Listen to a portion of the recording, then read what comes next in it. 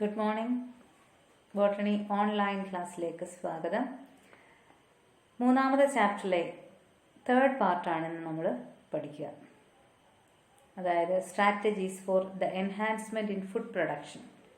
അതിൽ plant breeding മെത്തേഡ്സിനെ പറ്റിയാണ് നമ്മൾ പറയുക.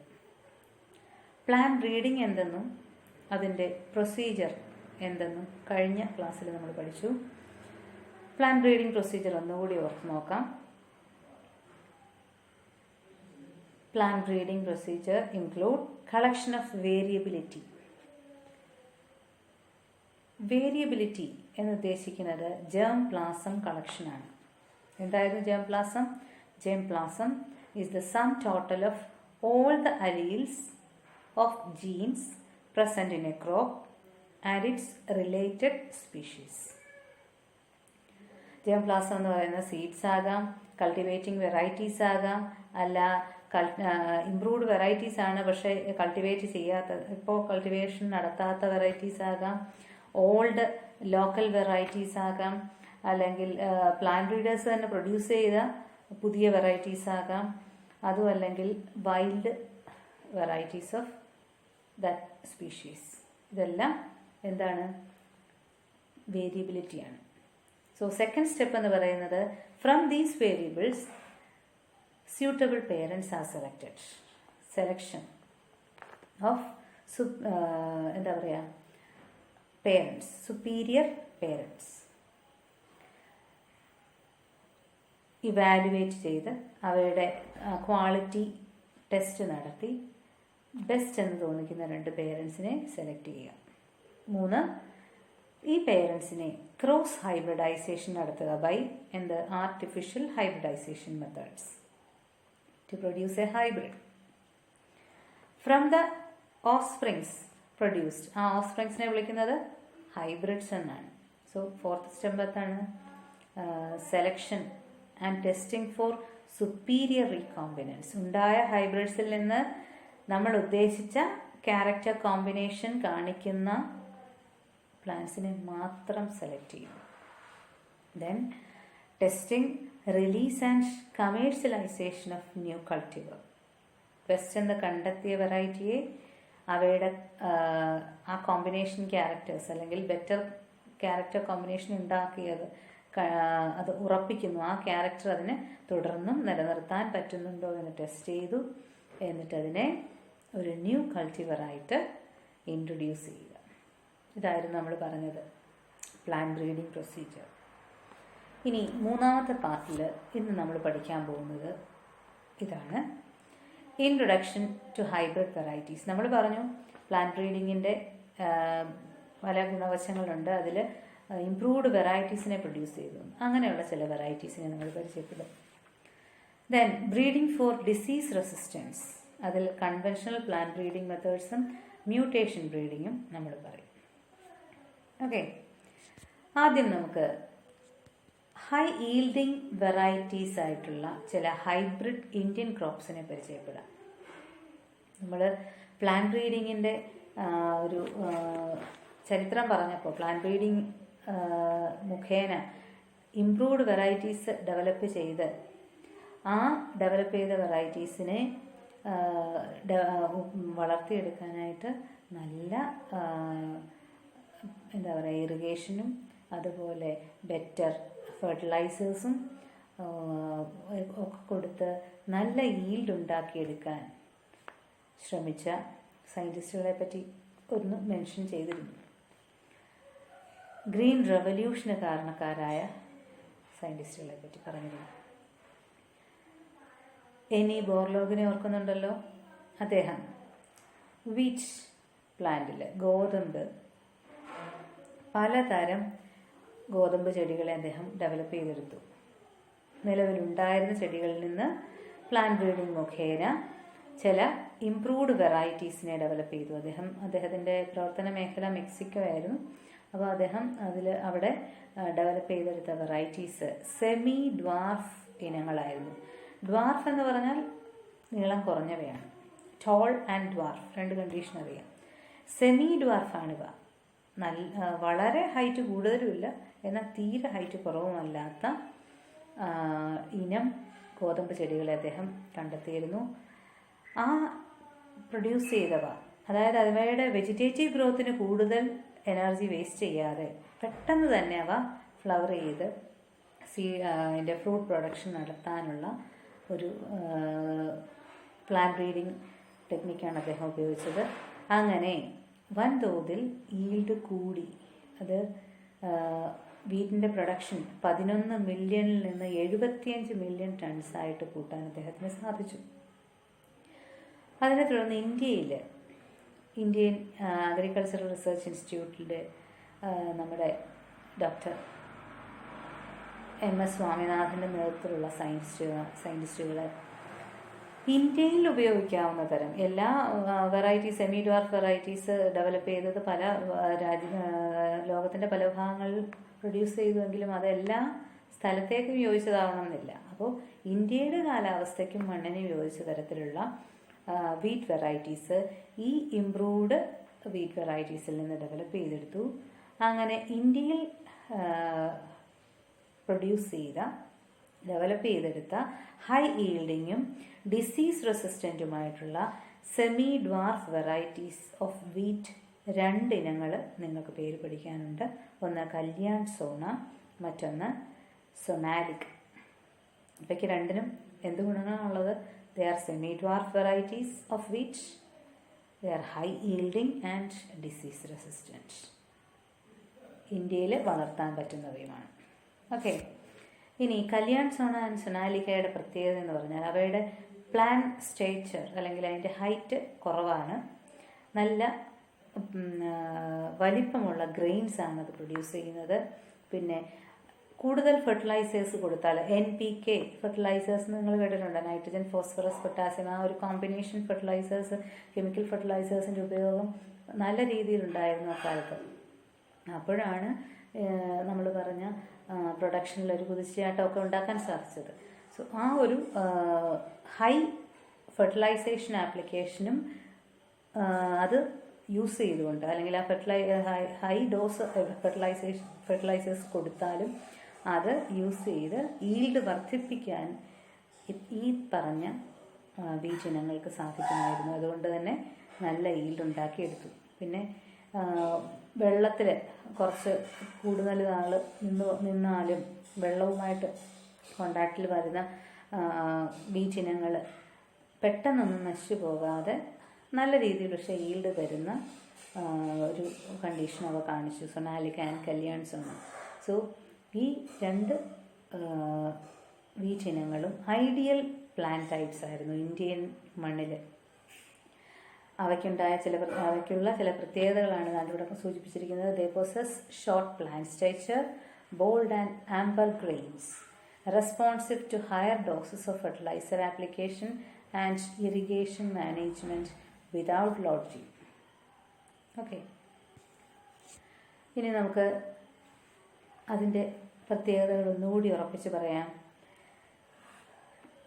കുറച്ച് ഹൈറ്റേ ഉള്ളൂ എന്ന് പറഞ്ഞു. അതുപോലെ തന്നെ അവ വളരെ പെട്ടെന്ന് മെച്യൂർ ചെയ്യുന്നവയാണ്. എന്ന് പറഞ്ഞാൽ അവയുടെ വിളവെടുപ്പ് അധികം കാലതാമസമില്ലാതെ നമുക്ക് വിളവെടുക്കാവുന്ന തരത്തിലുള്ള ഇനങ്ങളായതുകൊണ്ട് തന്നെ ഒരേ സമയത്ത് ഒരേ സ്ഥലത്ത് റൈസും വീറ്റും കൃഷി ചെയ്യുന്ന സ്ഥലങ്ങളിൽ മാറി മാറി കൃഷികൾ നടത്താൻ നമുക്ക് ഈ ഒരു വെറൈറ്റിയെ കൊണ്ട് സാധിച്ചു. അപ്പോൾ വീറ്റ് റവല്യൂഷൻ തന്നെ ഇന്ത്യയിൽ ഉണ്ടാക്കാൻ ഈ ഒരു 2 ഇനങ്ങളെ കൊണ്ട് സാധിച്ചു എന്നാണ് പറയുന്നത്. അവ ഹൈലി റെസിസ്റ്റൻ്റ് ആണ്, റസ്റ്റ് ഡിസീസ് നല്ല രീതിയിൽ ഈൽഡ് തരാൻ സാധിച്ചു. ഇനി നോക്കാം, നമുക്ക് ആ വെറൈറ്റീസിനെ ഒന്ന് കാണാം. ഇവിടെ സൊനാലിക്ക ആൻഡ് കല്യാൺ സോണ റെപ്രസെൻ്റ് ചെയ്തിട്ടുണ്ട്, കണ്ടല്ലോ. ഇനി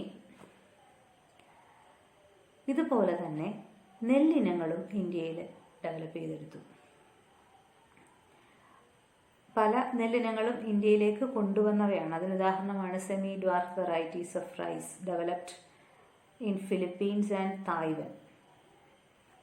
ഫോർ എക്സാമ്പിൾ IR8 നെല്ല് ഉണ്ടാകിയത് എവിടെയാണ്? ഫിലിപ്പീൻസിലാണ്. അതുപോലെ തായ്ചുങ് നേറ്റീവ് 1 ഫ്രം തായ്വാൻ. ഇതൊക്കെ ഇന്ത്യയിലേക്ക് ഇൻട്രൊഡ്യൂസ് ചെയ്യപ്പെട്ട ഹൈബ്രിഡ് വെറൈറ്റീസാണ്. അവ ഇന്ത്യയിലും കൾട്ടിവേറ്റ് ചെയ്യാവുന്ന ഇനങ്ങളായിരുന്നു. പിന്നെ ഇന്ത്യയിൽ ഡെവലപ്പ് ചെയ്തെടുത്ത semi dwarf varieties of rice ആണ്. 2 ഇനങ്ങളാണുള്ളത്. ഒന്ന് ജയ, മറ്റൊന്ന് രത്ന.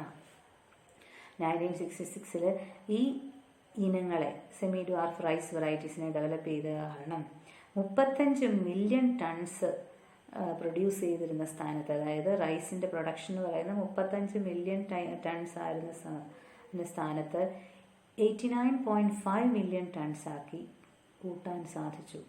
അപ്പോൾ ഇംപ്രൂവ്ഡ് വെറൈറ്റീസിനെ കൾട്ടിവേറ്റ് ചെയ്തപ്പോൾ ഈൽഡ് നല്ല രീതിയിൽ ഇൻക്രീസ് ചെയ്യുന്നതായിട്ട് കണ്ടു. ഓക്കെ, ഇത് IRH എന്ന് പറയുന്ന IRH റൈസാണ്. ഇത് തായ്ചുങ് നേറ്റീവ് 1 ആണ്. ഇത് ഇന്ത്യയിൽ കൾട്ടിവേറ്റ് ചെയ്യുന്ന Jaya and Ratna rice. Okay, അതുപോലെ തന്നെ മറ്റ് ക്രോപ്പ് ഇനങ്ങളിലും പ്ലാൻ ബ്രീഡിംഗ് മുഖേന ഇംപ്രൂവ്ഡ് വെറൈറ്റീസിനെ കൊണ്ടുവന്നിട്ടുണ്ട്. ഇനി അത് ഏതൊക്കെയാണെന്ന് നോക്കാം. Sugar cane. ഷുഗർ കെയിൻ്റെ 2 വെറൈറ്റി നമ്മളിവിടെ പരിചയപ്പെടുകയാണ്. ഒന്ന് സക്കാരം ബാർബറി, മറ്റൊന്ന് saccharum officinarum. Saccharum barberi and saccharum officinarum. Saccharum barberi എന്ന് പറയുന്നത് നോർത്ത് ഇന്ത്യയിൽ മാത്രം കൾട്ടിവേറ്റ് ചെയ്യപ്പെടുന്നവയാണ്. അവയ്ക്ക് ഷോർട്ട്, തിൻ സ്റ്റെം ഉള്ളവയും പുവർ ഷുഗർ കണ്ടന്റ് ഉള്ളവയുമാണ്. എന്നാൽ സക്കാരം ഒഫിസിനാരം നമ്മുടെ തെക്കേ ഇന്ത്യയിൽ കൃഷി ചെയ്യുന്നവയും അവയ്ക്ക് ലോങ് തിക്കർ സ്റ്റെം ഉള്ളവയും ഹൈ ഷുഗർ കണ്ടന്റ് ഉള്ളവയുമാണ്. പക്ഷേ കാലാവസ്ഥ അനുസരിച്ച് തെക്കേ ഇന്ത്യയിൽ മാത്രം കൾട്ടിവേറ്റ് ചെയ്യാവുന്ന ഒരു ഇനമാണ്. അപ്പോൾ സയൻറ്റിസ്റ്റുകൾ ശ്രമിച്ചത് ഈ രണ്ടിൻ്റെയും നല്ല ക്യാരക്ടർ ഒന്നിച്ച് കൊണ്ടുവരാൻ ശ്രമിച്ചു. എന്തൊക്കെയാണ് നല്ല ക്യാരക്ടർ? സക്കാരം ഒഫിസിനാരത്തിൻ്റെ ഈൽഡ്, അതുപോലെ സക്കാരം ബാർബറിയുടെ നോർത്ത് ഇന്ത്യയിൽ വളരാനുള്ള കഴിവ്. സോ ആ 2 കഴിവുകളും കൂടി കമ്പൈൻ ചെയ്യാൻ ശ്രമിച്ചു. By plant breeding these 2 species were successfully crossed to get sugar cane varieties combining the desirable qualities. ഇതൊക്കെയാണ് high yield, thick stems, high sugar content and ability to grow in the sugarcane areas of North India. എന്തൊക്കെയാ? നല്ല yield തരുന്ന, തിക്ക് സ്റ്റെമ്മുള്ള, high sugar content ഉള്ള plants produce ചെയ്യുന്നു. ആ പ്ലാന്റിനെ എവിടെയും കൃഷി ചെയ്യാം. തെക്കേ ഇന്ത്യയിൽ എന്തായാലും കൃഷി ചെയ്യാം, വടക്കേ ഇന്ത്യയിലും കൂടി കൃഷി ചെയ്യാവുന്ന ഇനം ഷുഗർ കെയിൻ വെറൈറ്റീസിനെ കണ്ടെത്താൻ സാധിച്ചു ബൈ പ്ലാൻ ബ്രീഡിംഗ്. ഇവിടെ നോക്കിയേ, സക്കാരം ബാർബറിയാണ്, തിൻ സ്റ്റെമ്മുള്ള കരിമ്പിനമാണ്. ഇവിടെ നോക്കിയേ, ലോങ് നല്ല തിക്ക് സ്റ്റെമ്മുള്ള ഹൈ ഷുഗർ കണ്ടൻ്റുള്ള. നമുക്കറിയാം കരിമ്പിൻ്റെ ഈൽഡ് എന്ന് പറയുന്നത് അതിൻ്റെ ഷുഗറാണ്. ഷുഗർ എവിടെയാണ് സ്റ്റോർ ചെയ്ത് വെച്ചിരിക്കുന്നത്? അതിൻ്റെ ഇൻ്റർനോഡിലാണ്. സോ ഇൻ്റർനോഡ് എത്രത്തോളം നീളമുണ്ടോ ആ നീളത്തിനനുസരിച്ച് അത് കൂടുതൽ ഷുഗർ സ്റ്റോർ ചെയ്യും, അല്ലേ? സോ അങ്ങനെ ഷുഗർ സ്റ്റോർ ചെയ്യാൻ കപ്പാസിറ്റിയുള്ള ഇത് മാത്രമല്ല, പിന്നീട് പല വെറൈറ്റീസും ഷുഗർ കെയിൻ്റെ പല വെറൈറ്റീസും കണ്ടെത്തിയിട്ടുണ്ട്. ഇത് ഫസ്റ്റ് ചെയ്ത ഒരു പ്ലാൻ ബ്രീഡിംഗ് പ്രോഡക്റ്റാണെന്ന് പറയാം.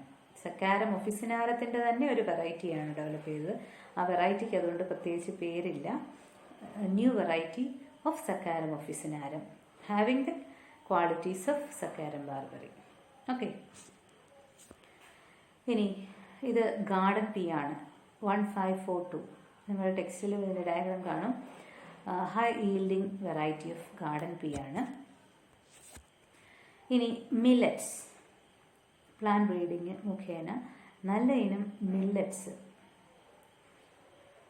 ഡെവലപ്പ് എടുക്കാൻ സാധിച്ചിട്ടുണ്ട്. ഹൈ ഈൽഡിങ് ആയിട്ടുള്ളതും ഡിസീസ് റെസിസ്റ്റൻ്റ് ആയിട്ടുള്ളതും പിന്നെ പലതരം എൻവയോൺമെൻറ്റൽ സ്ട്രെസ്സിനോട് ഇണങ്ങി ജീവിക്കാൻ കഴിവുള്ളവയുമായ വെറൈറ്റീസ് ഡെവലപ്പ് ചെയ്തെടുത്തു. ഏതൊക്കെ തരം മില്ലറ്റ്സിലാണെന്ന് നോക്കാം. ഒന്ന് ജോവർ, മറ്റൊന്ന് മെയ്സ്, മറ്റൊന്ന് ബജ്ര. ഈ 3 മില്ലറ്റ്സിലും, 3 മില്ലറ്റ്സിൻ്റെ ടൈപ്പാണിത്: ജോവർ, മെയ്സ്, ബജ്ര. ഇവയിൽ പല വെറൈറ്റീസ്, ഓരോന്നിനും പല വെറൈറ്റീസ് ഡെവലപ്പ് ചെയ്തു. അവയ്ക്ക് നല്ല ഈൽഡ് തരാനും പിന്നെ റെസിസ്റ്റൻറ്റ്, വാട്ടർ സ്ട്രെസ്സിനെതിരെ റെസിസ്റ്റൻ്റ് ആയിട്ടുമൊക്കെയുള്ള വെറൈറ്റീസ് ഡെവലപ്പ് ചെയ്യാൻ സാധിച്ചു. നോക്കാം. ഇതൊരു ഹൈബ്രിഡ് ജോവർ പ്ലാന്റ് ആണ്. ജോവർ എന്ന് പറഞ്ഞാൽ സ്വർഗം വൾഗേർ, തിന കേട്ടിട്ടുണ്ടാവും. ഉണ്ട് ഈ പ്ലാന്റിൽ ഈ പ്ലാന്റ് ഹൈ ഈൽഡിങ് ആണ്, അതോടൊപ്പം വാട്ടർ സ്ട്രെസ്സിനെ റെസിസ്റ്റ് ചെയ്യുന്നവയുമാണ്. ഇനി മറ്റൊന്നാണ് ചോളം, മെയ്സ്. ഇവിടെ നോക്കിയേ, പേരൻറ്റ് പ്ലാന്റ്സ് ആണ് ഇവിടെ റെപ്രസെൻ്റ് ചെയ്തിരിക്കുന്നത്. Parent 1, parent 2. ഇതാണ് F1 ഹൈബ്രിഡ്. അതിൻ്റെ വളർച്ചയും അതിൻ്റെ ഗ്രെയിൻ പ്രൊഡക്ഷനും ഒന്ന് നോക്കിയേ. പേരൻറ്റ് 1ലെയും പേരൻറ്റ് 2ലെയും ഗ്രെയിൻ പ്രൊഡക്ഷനെ അപേക്ഷിച്ച് ഇംപ്രൂവ്ഡ് ഗ്രെയിൻ ആണ്, അല്ലേ? Long and improved grain. So varieties of മെയ്സും അങ്ങനെ ഡെവലപ്പ് ചെയ്തെടുത്തിട്ടുണ്ട് ബൈ പ്ലാന്റ് ബ്രീഡിങ്. ഇനി മറ്റൊന്നാണ് പേൾ മില്ലറ്റ് എന്ന് വിളിക്കുന്ന ബജ്റ. ബജ്റയിലും ഇതേപോലെ ഹൈബ്രിഡ് പ്ലാന്റ്സ് പ്രൊഡ്യൂസ് ചെയ്യാൻ സാധിച്ചു. ഹൈ ഈൽഡിങ് ആയിട്ടും വാട്ടർ സ്ട്രെസ്സിനെതിരെ റെസിസ്റ്റൻ്റ് ആയിട്ടുമുള്ള വെറൈറ്റീസ്. സോ നമ്മളിപ്പോൾ പല വെറൈറ്റീസ് ഓഫ് പ്ലാന്റ്സിനെ പരിചയപ്പെട്ടു. ഒന്ന് വീറ്റ്, മറ്റൊന്ന് റൈസ്, പിന്നെ ഗാർഡൻ പീ, പിന്നെ ഷുഗർ കെയിൻ, അതുപോലെ മില്ലറ്റ്സ്. ഓക്കെ, ഇനി നമ്മൾ പറയുന്നത് plant breeding for disease resistance ആണ്. പ്ലാന്റ് ബ്രീഡിംഗ് നടത്തുന്നത്, പ്ലാന്റ് ബ്രീഡിംഗ് പല ആവശ്യങ്ങൾക്കായിട്ട് നടത്താമെന്ന് പറഞ്ഞു. പല ഗുഡ് ക്വാളിറ്റീസിനെ ഒരു ഹൈബ്രിഡിലേക്ക് കൊണ്ടുവരാൻ വേണ്ടി പ്ലാന്റ് ബ്രീഡിംഗ് നടത്താം. ഇവിടെ ഉദ്ദേശിക്കുന്ന ക്വാളിറ്റി ഏതാണ്? ഡിസീസ് റെസിസ്റ്റൻസ് ആണ്. നമുക്കറിയാം, ഒരു ക്രോപ്പിൻ്റെ ഈൽഡിനെ പ്രധാനമായിട്ട് ബാധിക്കുന്നത് അതിന് ഉണ്ടാകുന്ന രോഗങ്ങളാണ്, അല്ലേ? പ്രധാനമായിട്ടും ചെടികൾക്ക് രോഗങ്ങൾ ഉണ്ടാക്കുന്നത് പല മൈക്രോ ഓർഗാനിസംസ് ആണ്, like bacteria, viruses, fungi etcetera. So ഇവയ്ക്കെതിരെ എങ്ങനെ റെസിസ്റ്റൻസ് കൊണ്ടുവരാമെന്നാണ് സയൻറ്റിസ്റ്റുകൾ ആലോചിച്ചത്. So plant breeding for disease resistance ആണ് നമ്മൾ പറയാൻ പോകുന്നതെങ്കിലും ഡിസീസ് റെസിസ്റ്റൻസ് എന്ന ക്യാരക്ടർ കൊണ്ടുവരാനായിട്ട് പല രീതികൾ സയൻറ്റിസ്റ്റുകൾ ഉപയോഗിച്ചു. അതെന്തൊക്കെയെന്ന് പരിചയപ്പെടാം. ഒന്ന്, കൺവെൻഷണൽ പ്ലാന്റ് ബ്രീഡിംഗ് മെത്തേഡ്. നമ്മളിപ്പോൾ നേരത്തെ പറഞ്ഞ ഹൈബ്രിഡൈസേഷൻ ആൻഡ് സെലക്ഷൻ, ഇപ്പോൾ പ്ലാന്റ് ബ്രീഡിംഗ് മെത്തേഡ്. മറ്റൊന്ന് മ്യൂട്ടേഷൻ മെത്തേഡ്, അതായത് മ്യൂട്ടേഷൻ ബ്രീഡിംഗ്. ഇനി മറ്റൊരു മെത്തേഡുണ്ട് ജനറ്റിക് എൻജിനീയറിംഗ്. ഇനി ഒന്ന് സെലക്ഷൻ എമംഗ് സോമാക്ലോണൽ വേരിയൻസ്. അപ്പോൾ ഏതൊക്കെ രീതിയിൽ ഡിസീസ് റെസിസ്റ്റൻറ്റ് വെറൈറ്റീസിനെ ഡെവലപ്പ് ചെയ്യാൻ സാധിക്കും? പ്ലാന്റ് ബ്രീഡിംഗ് കൊണ്ട് സാധിക്കും, അതായത് കൺവെൻഷണൽ രീതികൾ കൊണ്ട് സാധിക്കും. പിന്നെ മ്യൂട്ടേഷൻ ബ്രീഡിംഗ് കൊണ്ട് സാധിക്കും. ജനറ്റിക് എൻജിനീയറിംഗ് കൊണ്ട് സാധിക്കും. സോമാക്ലോണൽ വേരിയൻസിനെ സെലക്ട് ചെയ്യുന്നതുകൊണ്ട് സാധിക്കും. ഇതിൽ നിങ്ങൾ കേട്ടിട്ടുള്ളത് പ്ലാന്റ് ബ്രീഡിംഗ് മാത്രമാണ്, അല്ലേ? സോ പ്ലാന്റ് ബ്രീഡിംഗ് അവിടെ നിൽക്കട്ടെ, നമുക്കതാണ് ഈ ചാപ്റ്ററിലും പഠിക്കാനുള്ളത്. പ്ലാന്റ് ബ്രീഡിംഗ് അവിടെ നിൽക്കട്ടെ, ബാക്കിയുള്ളത് എന്തൊക്കെയാണെന്ന് നോക്കാം. രണ്ടാമത് പറഞ്ഞ എന്താണ്? Mutation breeding. എന്താണ് mutation? Mutations are sudden heritable change in the genotype of an organism. അപ്പോൾ മ്യൂട്ടേഷൻ ഉണ്ടാക്കുക എന്ന് പറഞ്ഞാൽ അതിന് എന്തെങ്കിലും ഒരു ഏജൻറ്റ് വേണം. ആ agent എന്തൊക്കെയാകാം? They may be physical or chemical. Agents that cause mutation are called mutagens. പഠിച്ചിട്ടുണ്ടല്ലോ. സോ മ്യൂട്ടേഷൻ കോസ് ചെയ്യുന്നവ കെമിക്കൽ മ്യൂട്ടേജൻസും ഉണ്ട്, ഫിസിക്കൽ മ്യൂട്ടേജൻസും ഉണ്ട്. എന്ത് physically gamma rays, X rays, ഇതൊക്കെ മ്യൂട്ടേജൻസ് ആണ്. അല്ലെങ്കിൽ പിന്നെ കെമിക്കൽസ് പലതരം കോൾഷിസിൻ പോലെയുള്ള, അല്ലെങ്കിൽ പിന്നെ പലതരം കെമിക്കൽസ് ഇതുപോലെ എന്താ പറയുക, ജനറ്റിക് ചേഞ്ച് ഉണ്ടാക്കാൻ കഴിയുന്ന കെമിക്കൽസ് ഉണ്ട്. അപ്പോൾ അങ്ങനെ അവയൊക്കെ അപ്ലൈ ചെയ്ത്, അല്ലെങ്കിൽ മ്യൂട്ടേഷൻ കോസ് ചെയ്യുന്ന ഏജൻസിനെ ഉപയോഗിച്ച് ഒരു ചെടിയിൽ ഒരു സഡൻ ജനറ്റിക് ചേഞ്ച് ഉണ്ടാക്കി, ആ സഡൻ ജനറ്റിക് ചേഞ്ച് നല്ല ഗുണമാണ് എങ്കിൽ ആ ഗുണം വീണ്ടും വീണ്ടും അതേപടി ഉണ്ടാക്കാമല്ലോ. ചെടികളിൽ ചില കെമിക്കൽസിൻ്റെ ആപ്ലിക്കേഷൻ, അല്ലെങ്കിൽ ചില റേസ് അപ്ലൈ ചെയ്യുമ്പോൾ ആ റേസിന് കൊടുക്കുന്ന എക്സ്പോഷറിൻ്റെ ടൈം അനുസരിച്ച് ഈൽഡ് കൂടുകയോ കുറയുകയോ ഒക്കെ ചെയ്യാം. അപ്പോൾ ഏതാണ് നല്ല രീതിയെന്ന് നോക്കി അതിനനുസരിച്ച് ആപ്ലിക്കേഷൻ നടത്തി ബെറ്റർ വെറൈറ്റീസിനെ ഡെവലപ്പ് ചെയ്യാൻ സാധിക്കും. സോ ഡിസീസ് റെസിസ്റ്റൻസ് എന്ന് പറയുന്ന ക്യാരക്ടർ ആ രീതിയിൽ മ്യൂട്ടേഷൻ മുഖേനയും ഉണ്ടാക്കിയെടുക്കാൻ സാധിക്കും.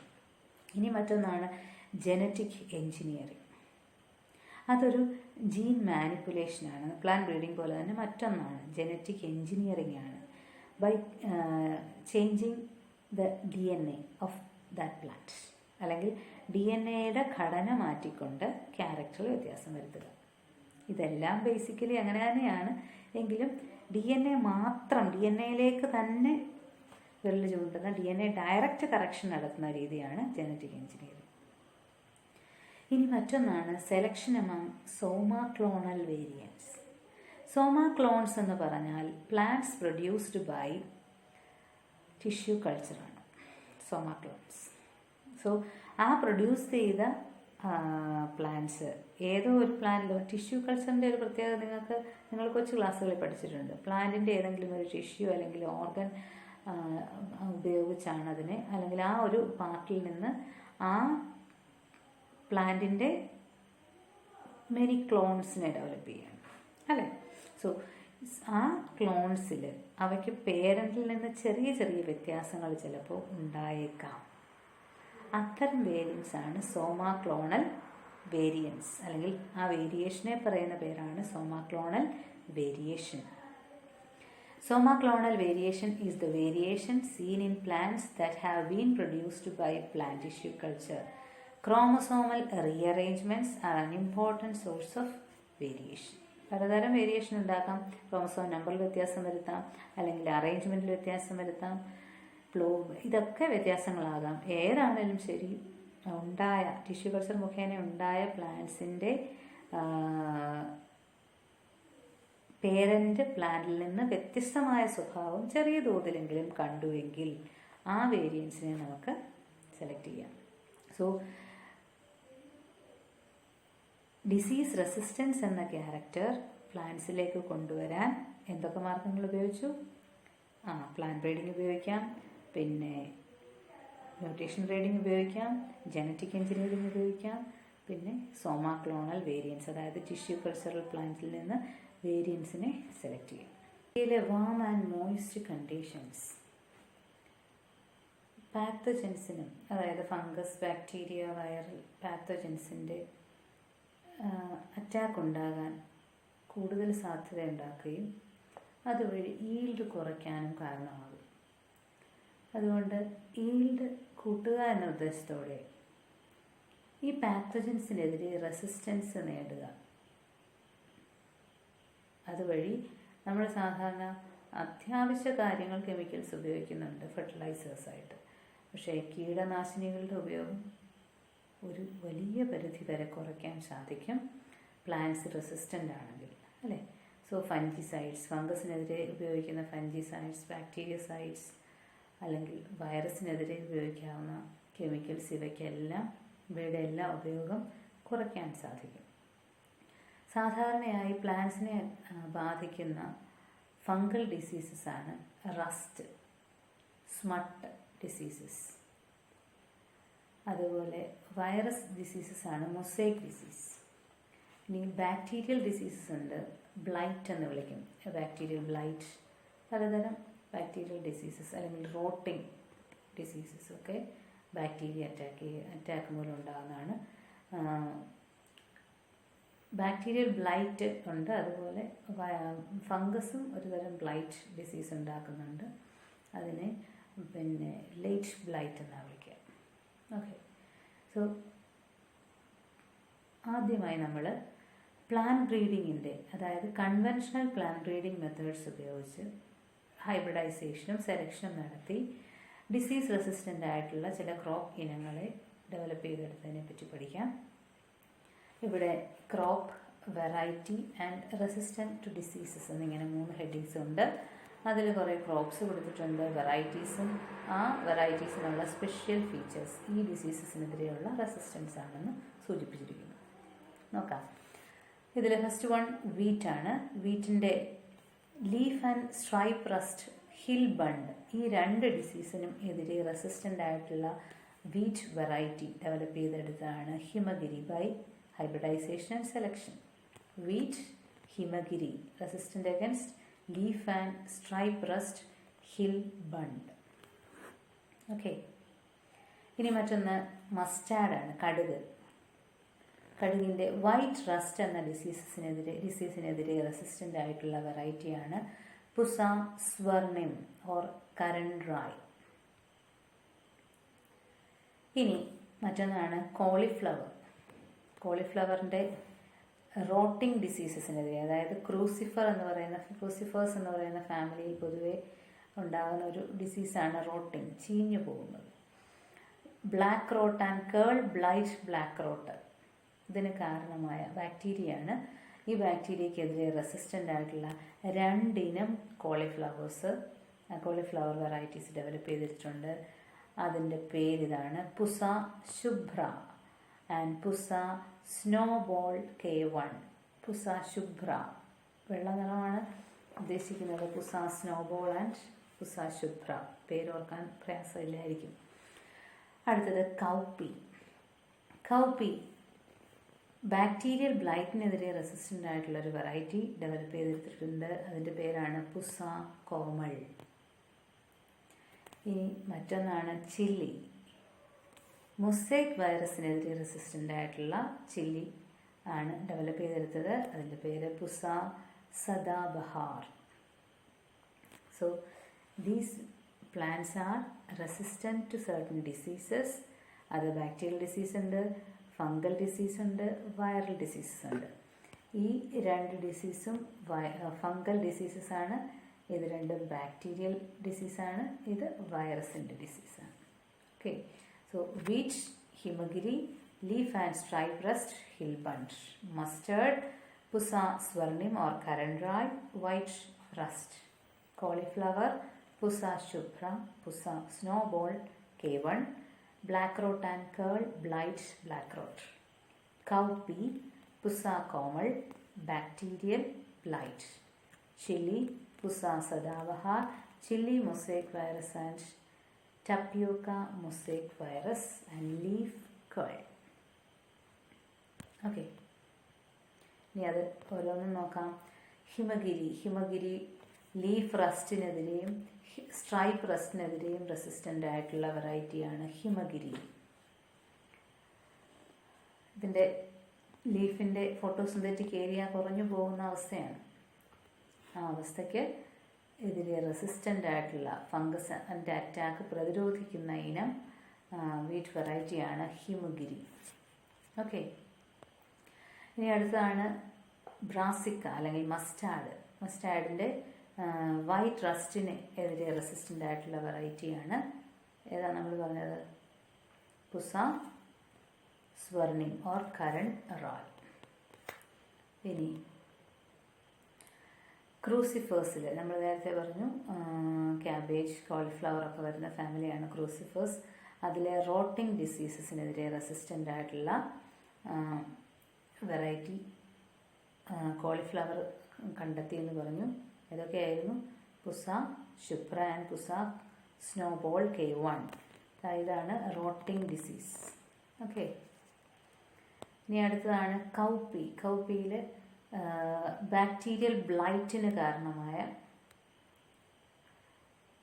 ഒരു ബാക്ടീരിയൽ ബ്ലൈറ്റ് എന്നൊരു ഡിസീസ് ഉണ്ട്. അതിനെതിരെ റെസിസ്റ്റൻ്റ് ആയിട്ടുള്ളൊരു വെറൈറ്റിയാണ് പുസ കോമൾ.